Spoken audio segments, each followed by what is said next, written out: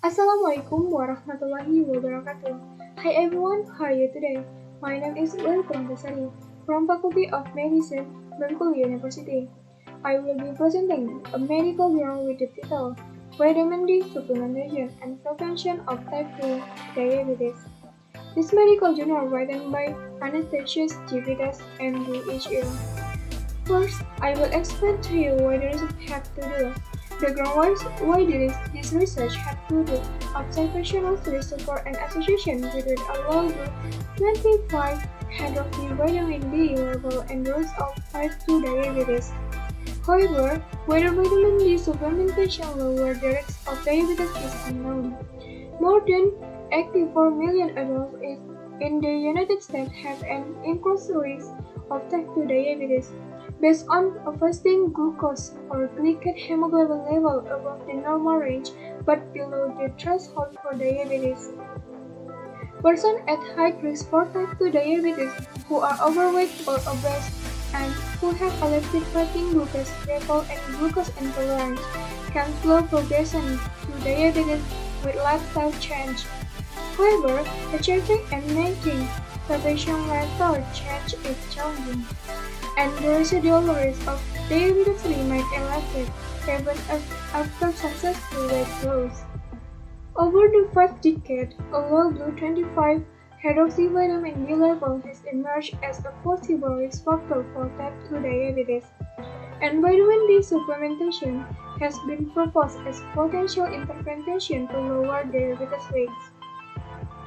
The hypothesis that vitamin D status may influence the risk of type 2 diabetes is biologically plausible because both inferior pancreatic beta cell function and insulin resistance have been reported with low blue 25 hydroxyvitamin D levels. Observational studies support an association between a low blue 25 hydroxyvitamin D level and the risk of diabetes. In short-term mechanistic study, vitamin D supplementation improved the disposition index, a measure of pancreatic beta cell function, by 40%. However, whether vitamin D supplementation lowered the risk of diabetes is unclear. The vitamin D and type 2 diabetes trial was conducted to test whether vitamin D supplementation reduced the risk of type 2 diabetes among adults at high risk for the disorder. Next, the aim of this research is to find out if vitamin D supplementation lower the risk of diabetes. Next, we will discuss the research method. This random double-blind placebo-controlled clinical trial evaluates the safety and efficacy of oral administration of vitamin D3 cholecalciferol 4,000 IU per day for diabetes prevention in adults at high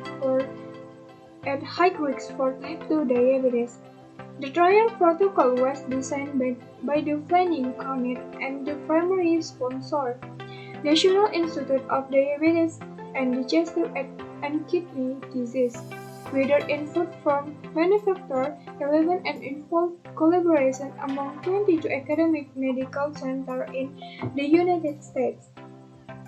Next, results. From total 2,423 participants under randomization, 12-11 to vitamin D group and 12-12 to placebo group. By month 24, the mean serum 25 hydroxyvitamin D level in the vitamin D group was 54.3 nanogram per milliliter from 27.7 nanogram per milliliter at baseline as compared with 28.8 nanogram per milliliter in the placebo group from 28.2 nanogram per milliliter at baseline. After a median follow-up 2.5 years, the primary outcome of diabetes occurred in 293 participants in the vitamin D group and 323 in the placebo group. 9.39 and 10.66 even for 100% years, respectively. The hazard ratio for vitamin D as compared with placebo was 0.88, 95 confidence interval. The incidence of adverse event did not differ significantly between the two groups. From here, it can be concluded that among persons at high risk for type 2 diabetes not selected for vitamin D, insufficiency